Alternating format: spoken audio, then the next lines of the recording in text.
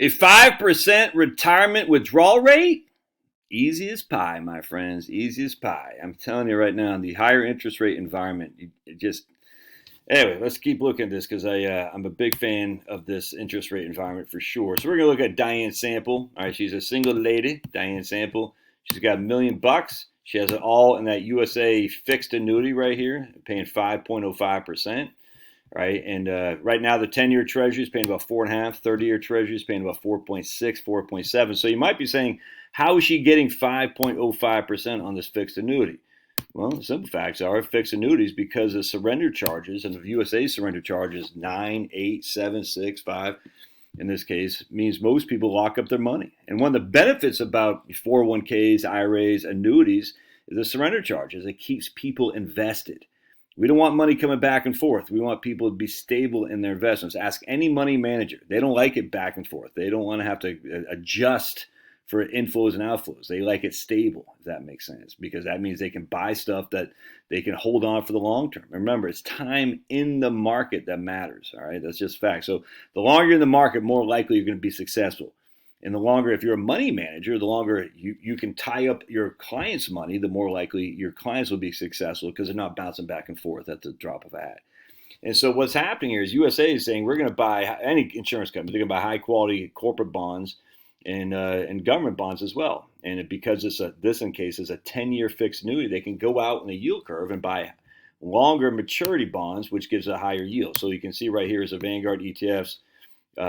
Right here, we got long-term corporate bonds paying 5.81 right now. Intermediate corporate bond, 5.37. So USA, because they know this money is tied up essentially because of significant surrender charge, they can go out in the yield curve and buy longer bonds that have a higher payout, which means they can give you that 5.05.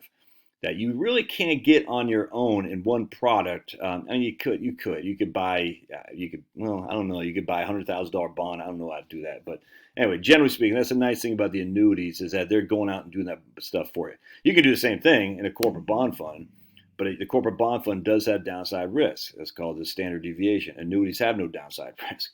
And so the corporate bond fund with a standard, I wonder if it even show you standard deviation. I don't think it does. I'm not going to look into it. But generally speaking, the bigger the standard deviation, the more risk you're in taking on. The thing with a fixed annuity is it's fixed. There is no standard deviation, right? In terms of the value of the portfolio. In terms of downside, it really is what matters. So we go to Right Capital. She has this fixed annuity paying 5.05. Can I guarantee it's going to pay that for 30 years? No.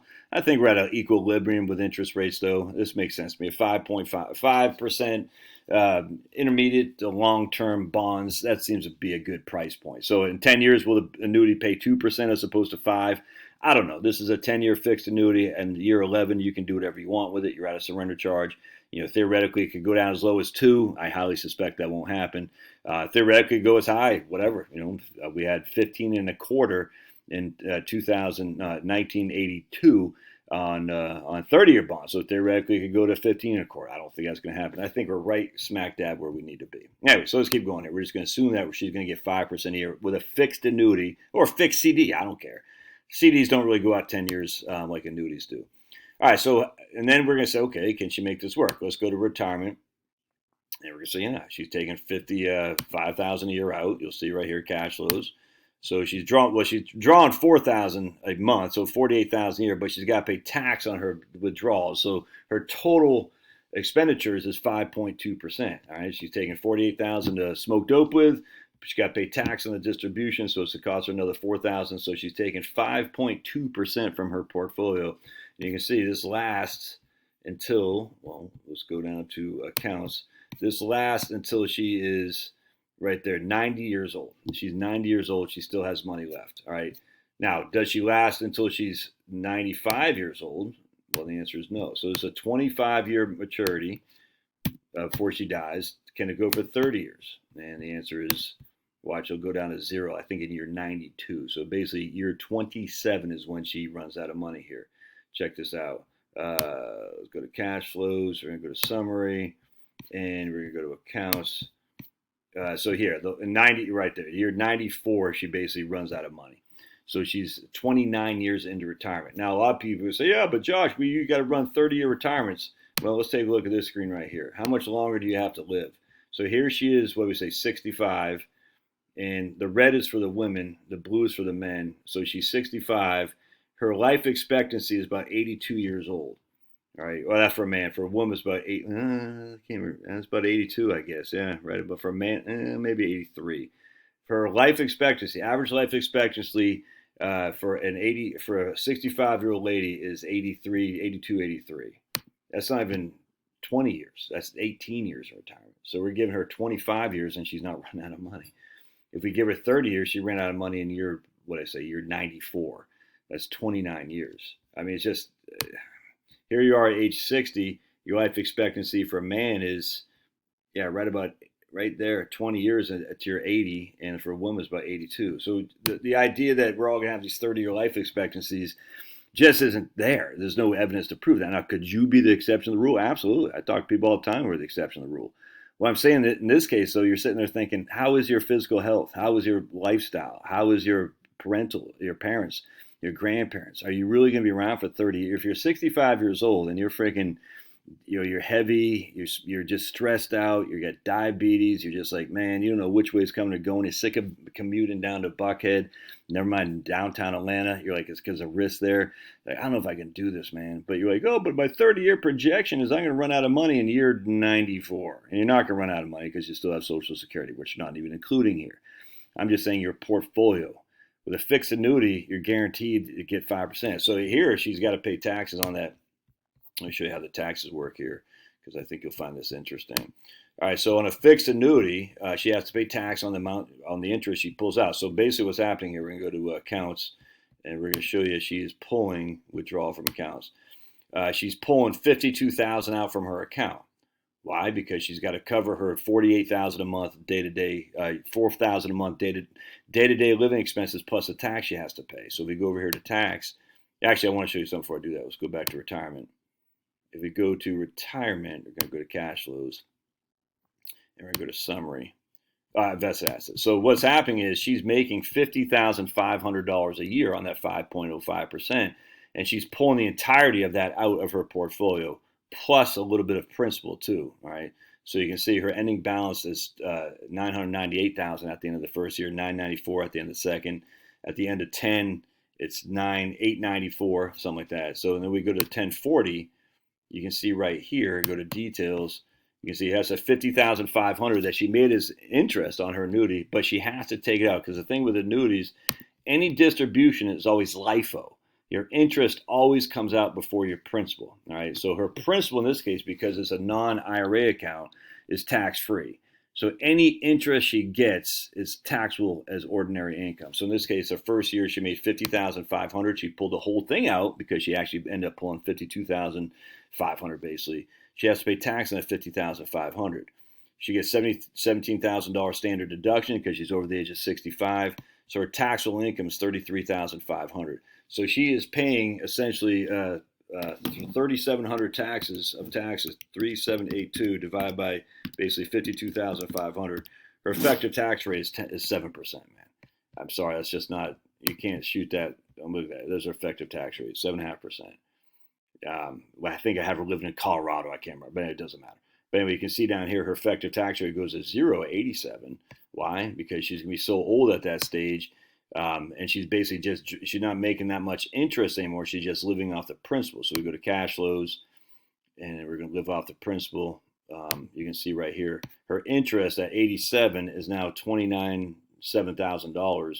That's her portfolio return, but she's pulling $91,000 from the portfolio. So basically, that's what she's getting that she's paid tax on, that she has to pay tax. So the rest is just return to principal. Now, I'm not here to tell you to do annuity. I'm just saying at the end of the day, this is easy to do. Now, let's say we have her living until 90. Go back to 90 again. So for a 25-year retirement, I don't know why I have her in Colorado. I don't know. But we're going to put her retirement account, not in an annuity, but in a 50-50 portfolio.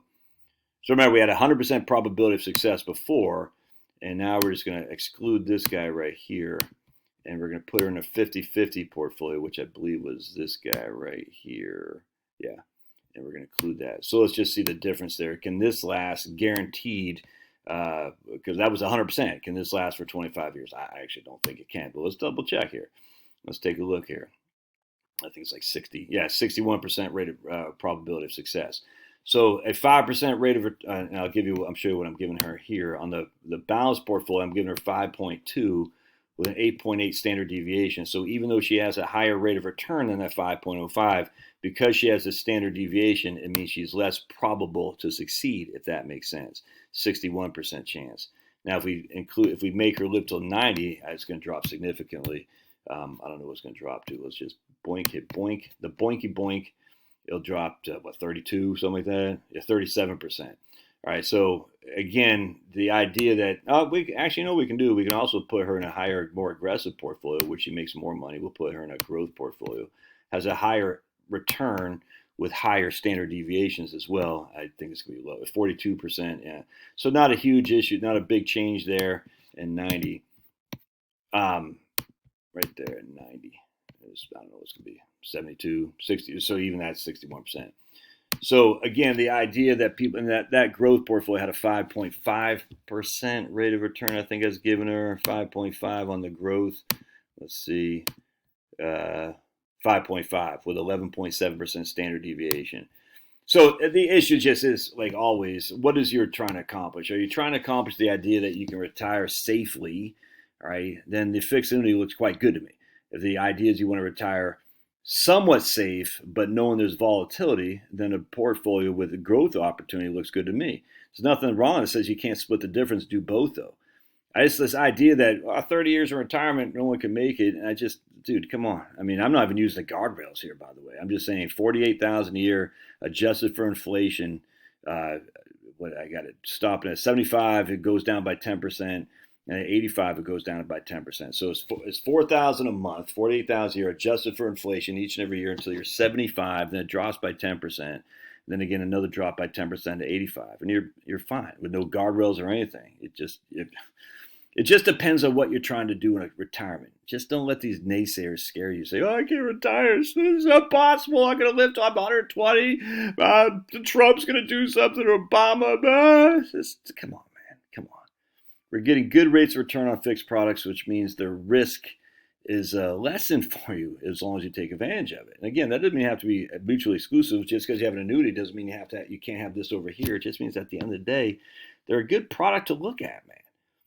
I don't have any annuities. I don't get commissions. I don't know Stan the annuity guy, whatever his name is. I don't have anyone that I say you should buy an annuity, go through that guy, because I get nothing like that, dude. I just want you to open your eyes and say there are other products out there that take risk off the table that don't jeopardize my ability to do what I want to retire. Now, you're not getting growth other than that 5%, because in this case, you're eating that 5%. But what's to say you're going to get growth in a portfolio of stocks and bonds? We don't know. That's the risk. We just don't know. I mean, probably you will, but I don't know. All right. Love your thoughts. Paw that like button. We'll see you. God bless.